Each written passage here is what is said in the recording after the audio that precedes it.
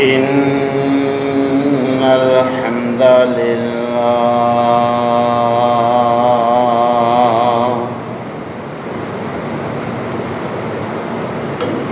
نحمده ونستعينه ونستغفره ونعوذ بالله من شرور أنفسنا ومن سيئات أعمالنا من يهده الله فلا مضل له ومن يضلل فلا هادي له وأشهد أن لا إله إلا الله وحده لا شريك له وأشهد أن محمدًا عبده ورسوله أما بعد فإن خير الحديث كتاب الله وخير الهدي هدي محمد صلى الله عليه وسلم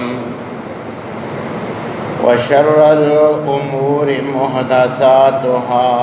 وكل محدثة بدعة وكل بدعة ضلالة وكل ضلالة في النار يا أيها الذين آمنوا اتقوا الله حق تقاته ولا تموتن إلا وأنتم مسلمون يا أيها الناس اتقوا ربكم الذي خلقكم من نفس واحدة وخلق منها زوجها وبث منهما رجالا كثيرا ونساء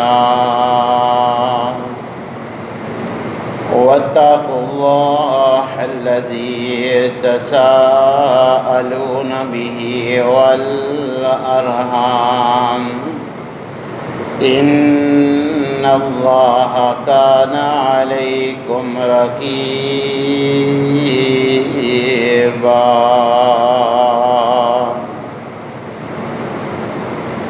يا أيها الذين آمنوا اتقوا الله وقولوا قولا سديدا يصلح لكم أعمالكم ويغفر لكم ذنوبكم ومن يطع الله ورسوله فقد فاز فوزا عظيما أما بعد فأعوذ بالله السميع العليم من الشيطان الرجيم من حمزه ونفخه ونفسه بسم الله الرحمن الرحيم قال الله عز وجل في التنزيل ويؤثرون على أنفسهم ولو كان بهم خصاصة ومن يوق شح نفسه فأولئك هم المفلحون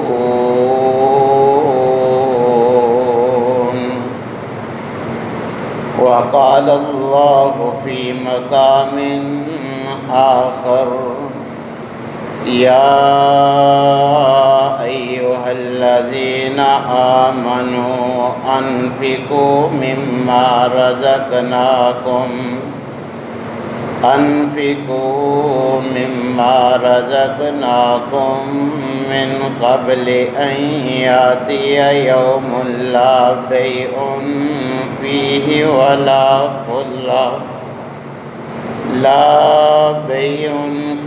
ولا خلۃ ولا شفاعۃ وقال اللہ فی مقام آخر ان تبدوا الصدقات فنعما هي وان تخفوها وتؤتوها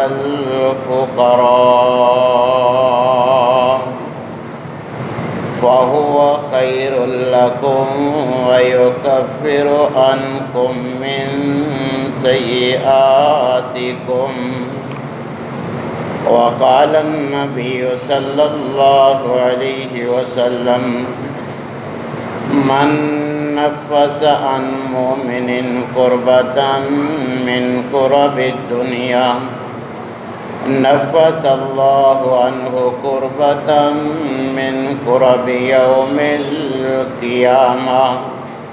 ومن يسر على موسر يسر الله عليه في الدنيا والآخرة والله في عون العبد ما كان العبد في عون أخيه۔ تمام قسم کی تعریفات مالک العلام ذوالجلال والاکرام وحدہ لا شریک، مالک کائنات اور خالق ارض و سما کے لیے لاکھوں کروڑوں درود و سلام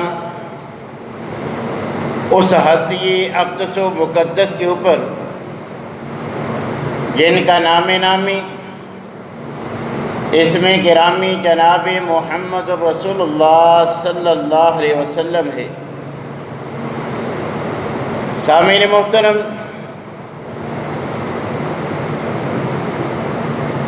ہماری بدعمالیوں کی وجہ سے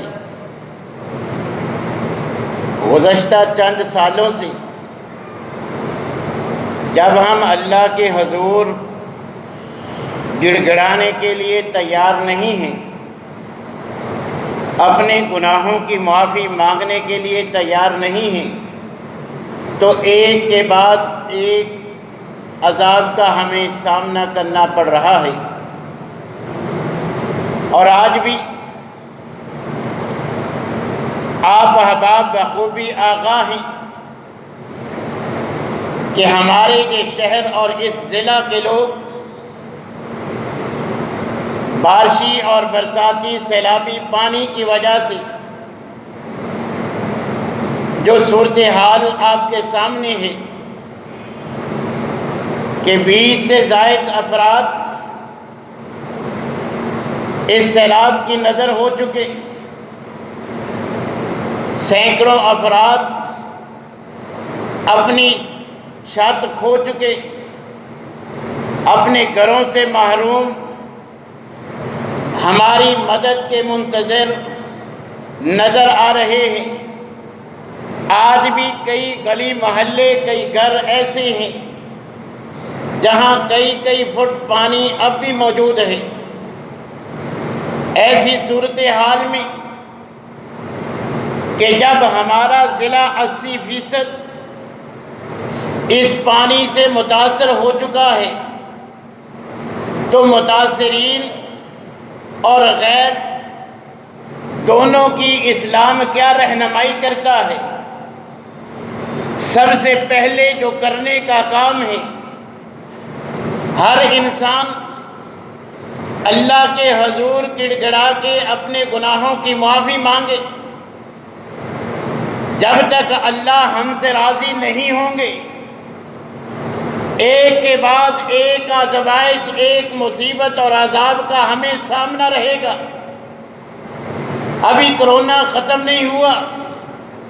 کہ یہ سیلابی صورتحال سے ہم گزر رہے ہیں، ابھی سیلاب میں پھنسے ہوئے لوگ نکلے نہیں، کہ ڈینگی کا شور ابھی سے سنائی دیا جا رہا ہے، تو میرے بھائیو، ہم تو سمجھتے ہیں کہ کیا ہوا جو 4-5 فٹ پانی ہے، چند دن بعد حالات بہتر ہو جائیں گے۔ جس پیغمبر کا ہم نے کلمہ پڑھا ہے، ان کا اسوہ اور طرز عمل کیا ہے؟ آندھی ابھی شروع نہیں ہوئی، طوفان نے ہر چیز کو تہس نہس نہیں کیا، ابھی آسمان پہ اثرات مرتب ہوئے ہیں۔ پیغمبر بے چین سکون کے ساتھ بیٹھ نہیں رہے، کہیں کبھی ادھر کبھی ادھر بے چینی کے اثرات دیکھ کر میری اور آپ کی روحانی ماں، آپ کی زوجہ محترمہ سوال کرتی ہے، اے اللہ کے رسول، خیر آپ پریشان نظر آ رہے ہیں، کیا ہوا؟ موسم کی خرابی نظر آ رہی ہے۔ جواب دیتے ہیں کہ اسی آندھی کے اثرات اب بھی نمایاں ہو رہے ہیں، اسی تیز ہوا کے ساتھ اللہ نے اپنی نافرمان قوموں کو بھی تباہ و برباد کیا۔ ہم تو سمجھتے ہیں کہ بارشی پانی ہے، مگر اسی پانی سے، زمین سے نکلنے والے اسی پانی سے، آسمان سے برسنے والے اسی پانی سے قوم نوح کے نافرمانوں کو اللہ نے اسی میں غرق کیا، اور فرعون اور اس کا لشکر بھی تو اللہ احکم الحاکمین نے اسی پانی کے عذاب میں غرق کیا۔ تو آج جس صورتحال کا ہمیں سامنا ہے، ہمارا دین، ہمارا ایمان، ہمارا اسلام ہم سے تقاضا کرتا ہے کہ ہم پوری امت جو گناہوں کی دلدل میں پھنس چکی ہے، فوراً اپنی روش کو تبدیل کرتے ہوئے اللہ کے دربار میں جھک جائے، اللہ کے حضور گڑ گڑائے، اپنے گناہوں کی معافی مانگے، اللہ کی عبادت جس میں سستی تھی اس کو ترک کرے، کتاب و سنت کے مطابق اپنا عقیدہ اور عمل بنا لے، تو تبھی ہم ان زمینی آسمانی آفات سے بچ سکتے ہیں۔ دوسرا کام جو ہمارا دین ہم سے تقاضا کرتا ہے، آج ہماری حالت یہ ہے کہ کوئی مصیبت میں گرفتار ہو، ہم اس کی تصاویر ویڈیو تو بنا لیتے ہیں، مگر اس کی مدد کے لیے آگے بڑھنے کے لیے تیار نہیں، اپنے بھائیوں کے مصیبت میں کام آنے کے لیے تیار نہیں۔ اور یہ جو صورتحال جس کا آج ہمارے شہر کے ضلع کے واسیوں کو سامنا ہے، جب تک ہم ان کا احساس نہیں کریں گے، ان کا دکھ، ان کی مصیبت ہلکی نہیں ہوگی۔ اس قدر لوگ متاثر ہیں، حکمران جتنا بھی ان کے ساتھ تعاون کریں، اب متاثرین کی تعداد اتنی زیادہ ہو چکی ہے کہ سب کے نقصان کا ازالہ ناممکن نظر آتا ہے۔ تو وقت کا یہ تقاضا ہے کہ اب ہم کتاب و سنت پہ عمل کرتے ہوئے حکومتی امداد کے انتظار کی بجائے خود آگے بڑھیں، اللہ کا دیا ہوا مال اللہ کی رضا کے لیے بے دریغ خرچ کرنا شروع کر دیں۔ جو پیغمبر اور آپ کے اصحاب کا طرز عمل تھا، جیسے صحابہ بیان کرتے ہیں، ایک مرتبہ عید الاضحیٰ کے موقع پر ہمارے ساتھیوں کو گوشت کی ضرورت تھی، تو نبی کریم علیہ السلام نے ایمرجنسی کا نفاذ کرتے ہوئے فرمایا، 3 دن کھانے جتنا گوشت کے علاوہ کوئی مسلمان گوشت اپنے ہاں ذخیرہ نہ کرے، حالانکہ شرعی لحاظ سے جائز تھا۔ مگر صورتحال کو دیکھتے ہوئے، لوگوں کی ضرورت محسوس کرتے ہوئے نبی کریم علیہ السلام نے مسلمانوں کو ترغیب دلائی کہ زیادہ سے زیادہ لوگوں کو اپنی قربانی کے گوشت میں سے حصے دار بنائیں۔ آئندہ سال صحابہ پھر پوچھتے ہیں، آپ فرماتے ہیں نہیں، اب حالات ویسے نہیں، اب تم کھاؤ، دوست احباب کو بھی دو، مستحقین تک بھی پہنچاؤ، ذخیرہ کرنا چاہتے ہو شرعی لحاظ سے اجازت ہے، رکھ بھی سکتے ہو۔ تو آج اللہ کا دیا ہوا مال اگر ہم اللہ کے راستے میں خرچ کرتے ہیں تو اللہ احکم الحاکمین کا اصول ہے جو اللہ نے قرآن میں ہمیں بیان کیا۔ کیوں؟ اللہ عالم الغیب ہے، اللہ جانتے تھے کہ شیطان میرے بندوں کو خرچ کرنے سے ڈرائے گا کہ مال کم ہو جائے گا، اپنی ضرورتیں تو دیکھ، طرح طرح کے وسواس ڈال کے خرچ کرنے سے روکے گا۔ تو اللہ احکم الحاکمین نے قرآن میں ہم سے وعدہ کر لیا کہ میرا دیا ہوا مال تم دنیا میں خرچ کرو گے، میری رضا کے لیے تم اگر خرچ کرو گے، مال میں کمی واقع نہیں ہوگی۔ مثال دے کے، دانے کی مثال دے کے اللہ تبارک و تعالیٰ نے سمجھایا، جس طرح ایک دانے سے 100 اور 700 گنا تک بنتے ہیں، اسی طرح میں تمہارا دیا ہوا مال 700 سے بھی زیادہ گنا تمہیں دنیا میں لوٹا دوں گا، میں تمہیں دنیا میں بھی اس کا بدلہ دوں گا، تمہارے مال میں برکتوں کا نزول فرما دوں گا۔ یہی بات نبی کریم علیہ السلام نے بھی فرمائی، ما نقصت صدقۃ من مال، اللہ کے راستے میں صدقہ خیرات کرنے سے مال میں کمی واقع نہیں ہوتی، اللہ عزت بھی دیتے ہیں، مال میں برکتوں کا نزول بھی فرما دیتے ہیں، کئی گنا دنیا میں بڑھا چڑھا کے دیتے ہیں۔ تو اللہ احکم الحاکمین ہمیں اپنے راستے میں خرچ کرنے کا حکم دیتے ہوئے فرماتے ہیں، یا ایھا الذین آمنوا، اے ایمان والو، انفقوا مما رزقناکم، جو ہم نے تم کو رزق دیا اس میں سے میرے راستے میں خرچ کرو، من قبل ان یاتی یوم، اس دن کے آنے سے پہلے پہلے کہ دنیا میں اگر پھنس جاؤ، مکمکا کر کے بچ جانا ممکن ہے، یا پھر کسی کی سفارش تمہیں بچا سکتی ہے، یا کسی کی دوستی رشتہ داری کام آ سکتی ہے، مگر اس دن کے آنے سے پہلے پہلے میرا دیا ہوا مال خرچ کرو، جس دن کہ دنیاوی وسائل کے اسباب بھی تمہیں نہیں مل سکیں گے، یوم لا بیع، جس دن کوئی مکمکا نہیں ہوگا، لے دے کے کام نہیں بنے گا، ولا خلہ، کوئی دوستی کوئی رشتہ داری کام نہیں آئے گی، یہ سید ہونا، سید زادہ ہونا، یہ صاحب زادہ ہونا، اچھی نسل کا ہونا، اچھے خاندان کا ہونا، یہ کوئی کام نہیں آئے گا، ولا شفاع، دنیا میں بچنے کی ایک صورت سفارش ہے، دنیا میں تگڑی سفارش مل جائے تو انسان بچ جاتا ہے، مگر اللہ احکم الحاکمین فرماتے ہیں اس دن سفارش بھی کام نہیں آئے گی، جو برحق سفارش ہے وہ اللہ کے حکم سے ہے، پیغمبر اللہ کے حکم سے جن کے بارے میں اللہ کہیں گے ان کے بارے میں سفارش ہوگی۔ یہ سود خور اللہ کے مال خرچ نہ کرنے والوں کے لیے نہیں۔ دوسرے مقام پہ اللہ تبارک و تعالیٰ فرماتے ہیں،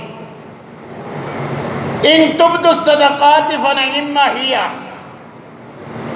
کہ اللہ کا دیا ہوا مال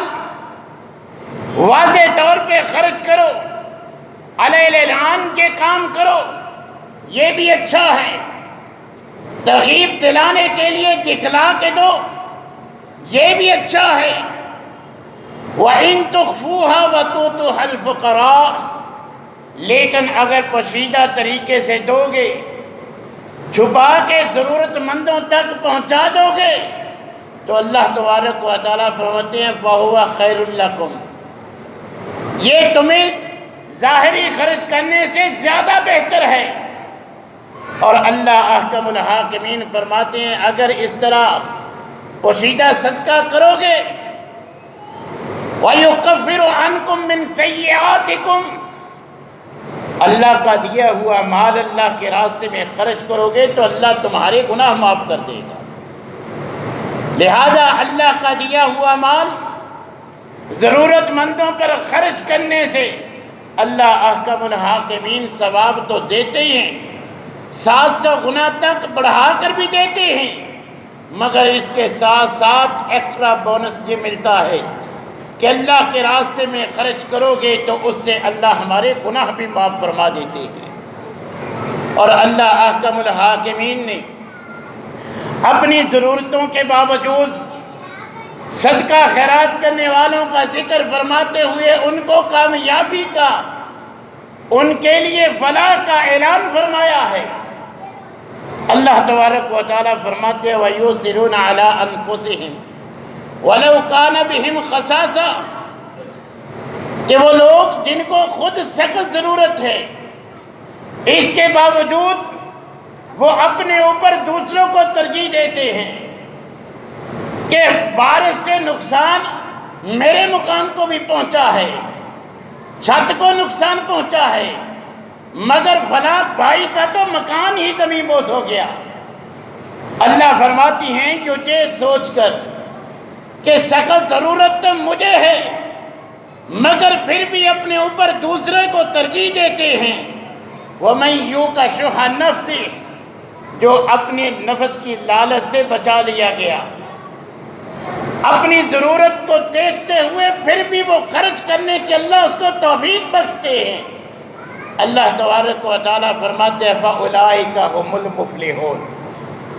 یہی لوگ کامیاب ہونے والے ہیں۔ کل قیامت کے دن یہی سرخرو ہوں گے، جہنم سے بچنے والے یہی لوگ ہیں، جنت کے حقدار یہی لوگ ہیں، ضرورت مند ہونے کے باوجود دوسروں کی ضرورت دیکھتے ہوئے ان کو اپنے اوپر ترجیح دے کے اللہ کا دیا ہوا مال سے ان کی مدد کرتے ہیں۔ نبی کریم علیہ السلام نے فرمایا من نفس عن مومن قربۃ من قرب الدنیا، جو مسلمان، جو مومن دنیا میں کسی مسلمان، کسی مومن کی کوئی دنیاوی تکلیف مصیبت کے وقت وہ دور کرتا ہے، اس کے ساتھ تعاون کرتا ہے کہ دنیا میں کسی مصیبت زدہ کے کام آنے والے کی اللہ تبارک و تعالی آخرت کی سختیاں، جس وقت اللہ کی رحمت کی ضرورت ہوگی، دنیا میں جب لوگوں کو ہماری ضرورت پڑتی ہے اگر ہم ان کے کام آتے ہیں تو نبی کریم علیہ السلام نے فرمایا کل قیامت کے دن اللہ ہماری سختیوں میں ہماری مدد کرے گا اگر ہم دنیا میں کسی مومن، کسی مسلمان کی مصیبت میں اس کی تکلیف کو دور کرنے کے لیے اس کی مدد کرتے ہیں۔ اور فرمایا وَمَن يَسَّرَ عَلَىٰ مُعْسِرٍ، جو دنیا میں کسی کے لیے آسانی کر دیتا ہے، نقصان کا ازالہ کر دیتا ہے،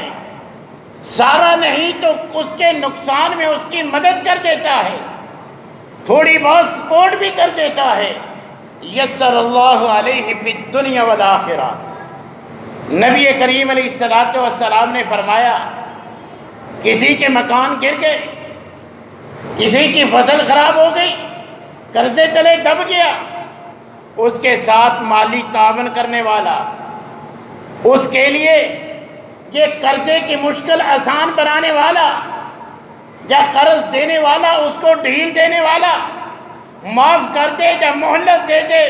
مدت زیادہ کر دے، کسی انداز میں بھی جو دنیا میں کسی مصیبت زدہ کے لیے آسانی کرے گا، زبان رسالت سے فرمایا یسر اللہ فی الدنیا والآخرہ، اللہ اس کے لیے دنیا کی مشکلات بھی آسان کر دیں گے اور آخرت کی مشکلات بھی آسان فرما دیں گے۔ اور فرمایا واللہ فی عون العبد ما کان العبد فی عون اخیہ، جب تک کوئی بندہ اپنے ضرورت مند بھائی کی مدد کرتا رہتا ہے، اللہ احکم الحاکمین مدد کرنے والے کی غیبی مدد فرماتے ہیں۔ آج ہم ہر گھر میں کوئی نہ کوئی بیمار ضرور ہے۔ ہم سمجھتے ہیں کہ شاید شفا یابی کے دو ہی طریقے ہیں، ایک دوا دوسری دعا۔ شرعی لحاظ سے شفا یابی کا ایک تیسرا طریقہ بھی ہے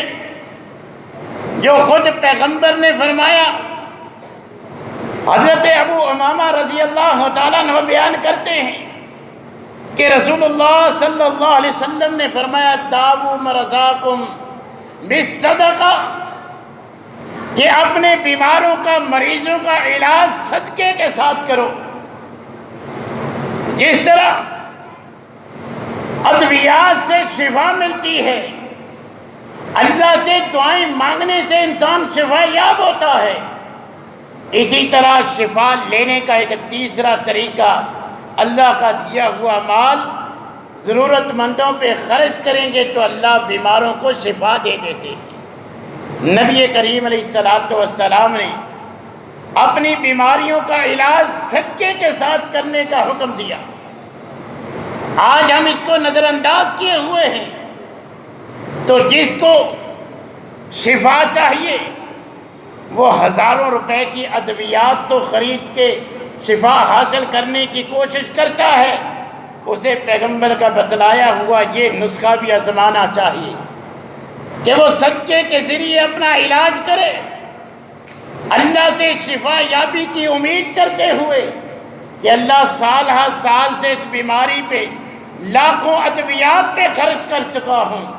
اب تیرے راستے میں صدقہ خیرات کر رہا ہوں کہ تو اس کے بدلے میں مجھے شفا یاب کر دے۔ انشاءاللہ اس ذریعے سے اگر ہم اپنی بیماریوں کی شفا کی نیت سے صدقہ خیرات کریں گے، اللہ ضرور ہمیں شفا یاب کر دیں گے۔ اور خود نبی کریم علیہ السلام بھی بے دریغ اللہ کے راستے میں صدقہ خیرات کرنے والے تھے، اور صحابہ کرام جس صحابی کا بھی آپ تذکرہ پڑھیں سب کچھ اللہ کے راستے میں لٹاتا نظر آتا ہے، اور اللہ کے راستے میں صدقہ خیرات کا صحابہ کا طرز عمل تو یہ تھا کہ آپ نے بارہا سنا، اسلام کو ضرورت پڑی تو جناب ابو بکر صدیق سارے گھر کا جتنا مال تھا اللہ رسول کی محبت کے علاوہ جو کچھ تھا سب اللہ کے راستے میں قربان کر دیتے تھے۔ جناب عمر اپنی کل ملکیت کا آدھا صرف ایک ہی موقع پر جب اسلام کو مال کی ضرورت تھی اللہ کا دیا ہوا 2 حصوں میں تقسیم کر کے ایک حصہ اللہ کے راستے میں وقف کر دیتے۔ جناب عثمان کے تو کیا کہنے،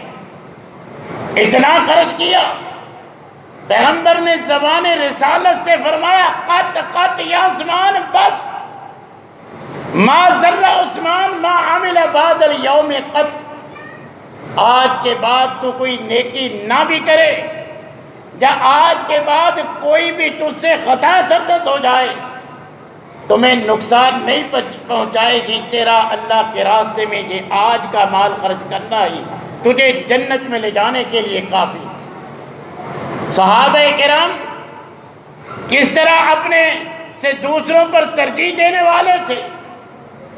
ان زخمیوں کا واقعہ آپ گزشتہ خطبوں میں بھی سن چکے ہیں کہ صحابی زخموں کی تاب نہ لاتے ہوئے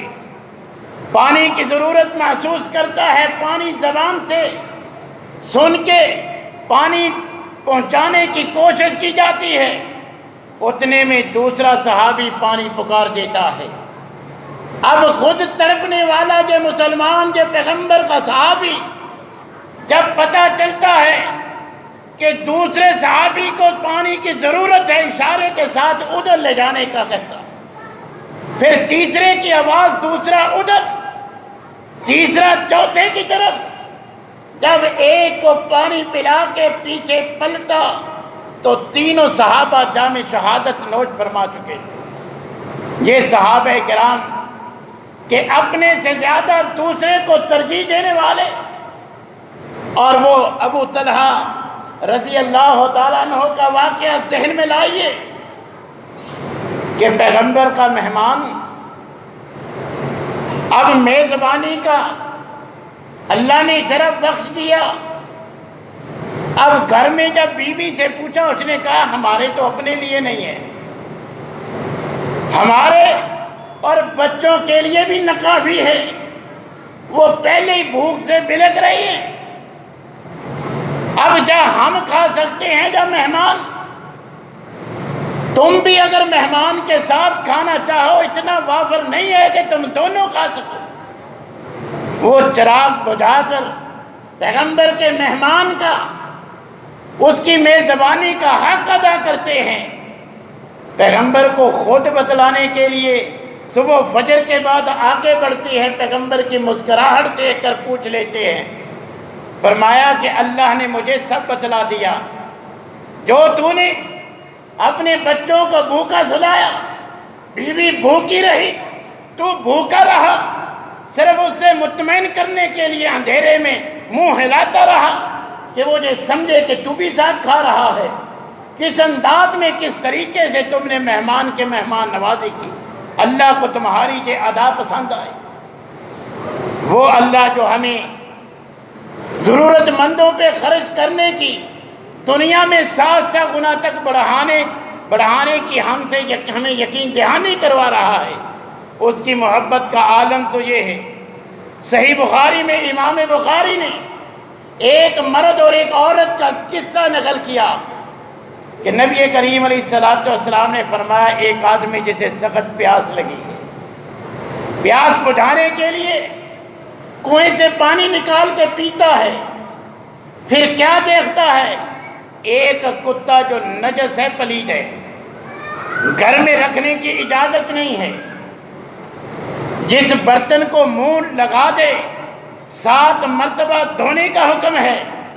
اس پلید جانور کے بارے میں دیکھیے، اس کے ساتھ اچھائی پہ اللہ کس قدر خوش ہوتے ہیں۔ یہ تو اشرف المخلوقات ہے نا، ہمارے مسلمان بھائی ہیں، ہمارے خاندان کے، ہمارے گلی محلے کے ہیں جو آج سیلاب سے متاثر ہیں۔ یہ تو ایک کتا ہے، پانی کی شدت پیاس کی وجہ سے کیچڑ چاٹ رہا ہے، اب اس کو بھی پیاس سے احساس ہوتا ہے کہ اس کی کیا کیفیت ہوگی۔ کنویں سے پانی نکال کر موزے میں اس کتے کی پیاس بجھاتا ہے۔ نبی کریم علیہ السلام نے فرمایا، اللہ کو یہ ادا اتنی پسند آتی ہے کہ اللہ اسی کے بدلے میں اس کو جنت دے دیتے ہیں۔ اور ایک عورت جو خود گناہگار ہے، پیاسے کتے کو پانی پلا دے، نبی کریم علیہ السلام نے فرمایا، کتے سے اس کی ضرورت کے وقت اس کو پانی پلانے کی وجہ سے گناہگار عورت کو اللہ جنت عطا فرما دیتے ہیں۔ تو میرے بھائیو، یہ تو ہمارے مسلمان بھائی ہیں جو آج کہ ابھی کرونا کی وجہ سے جو نقصان ہوا اس کا ازالہ نہیں ہو سکا، اوپر سے کہ بارشوں کی کثرت کی وجہ سے، یہ پہاڑی پانی کے آ جانے کی وجہ سے، اس قدر پانی کے جو ہمارے دریائے جہلم میں نہیں سما سکتا، اتنے پانی کا ہمارے گلی محلوں نے، گھروں نے سامنا کیا ہے۔ آج جن کی چھتیں گری ہیں، جن کے مکانوں کو، جن کی جو ہے وہ املاک کو نقصان پہنچا ہے، وہ آج ہماری طرف دیکھ رہے ہیں۔ حکمرانوں کے اوپر تو امید ان کو کم نظر آتی ہے کہ ان کی جانب سے ان کو کچھ ملے نہ ملے، مگر وہ اللہ سے دعائیں کر رہے ہیں کہ اللہ جے ہمارے مالدار بھائی انہی کے دل میں رحم ڈال دے۔ تو کتے کو پانی پلانے پہ جنت دے دیتا ہے، ہم تو مسلمان ان کے بھائی ہیں، یہ جانتے ہیں گھر گر چکے، ہم بے گھر ہو چکے، کوئی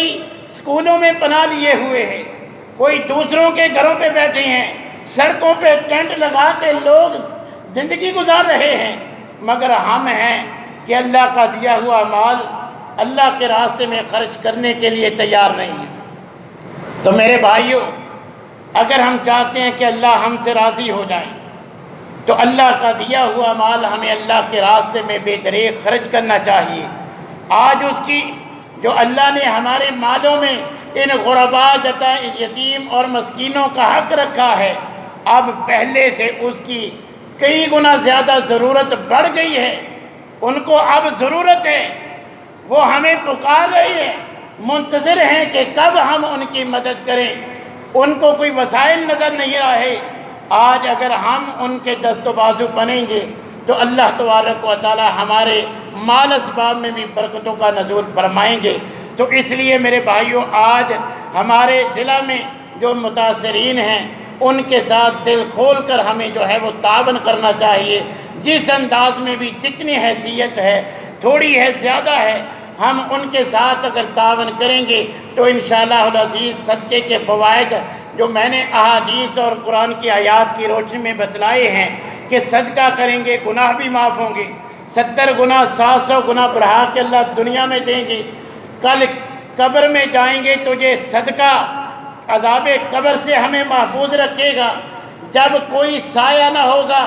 اس قدر سورج جو ہے وہ قریب کہ کندھوں تک لوگ اپنے پسینے میں جو ہے وہ ڈوبے ہوئے ہوں گے،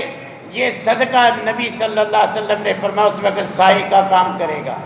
وہ 7 خوش نصیب جن کو اللہ اپنی عرش کا سایہ نصیب فرمائیں گے، ان میں ایک وہ بھی ہے جو خفیہ انداز میں اللہ کا دیا ہوا مال اللہ کے راستے میں صدقہ خیرات کرنے والا ہے۔ اگر ہم چاہتے ہیں اللہ ہم سے راضی ہو جائیں، یہ زمینی آسمانی آفات سے ہم بچ جائیں، آئندہ ہمیں اللہ کسی عذاب سے دوچار نہ کریں، اللہ ہمارے مال اسباب میں برکت ڈال دیں، اللہ ہمیں عذاب قبر سے محفوظ رکھیں، اللہ ہمارے مال میں برکت ڈال دیں، تو ہمیں اللہ کا دیا ہوا مال اللہ کے راستے میں جو مستحقین ہیں ان تک ضرور پہنچانا ہوگا۔ اللہ تبارک و تعالی ہمیں اپنا دیا ہوا مال اپنے راستے میں صدقہ خیرات کرنے کی توفیق عنایت فرمائے۔ وآخر دعوانا الحمدللہ۔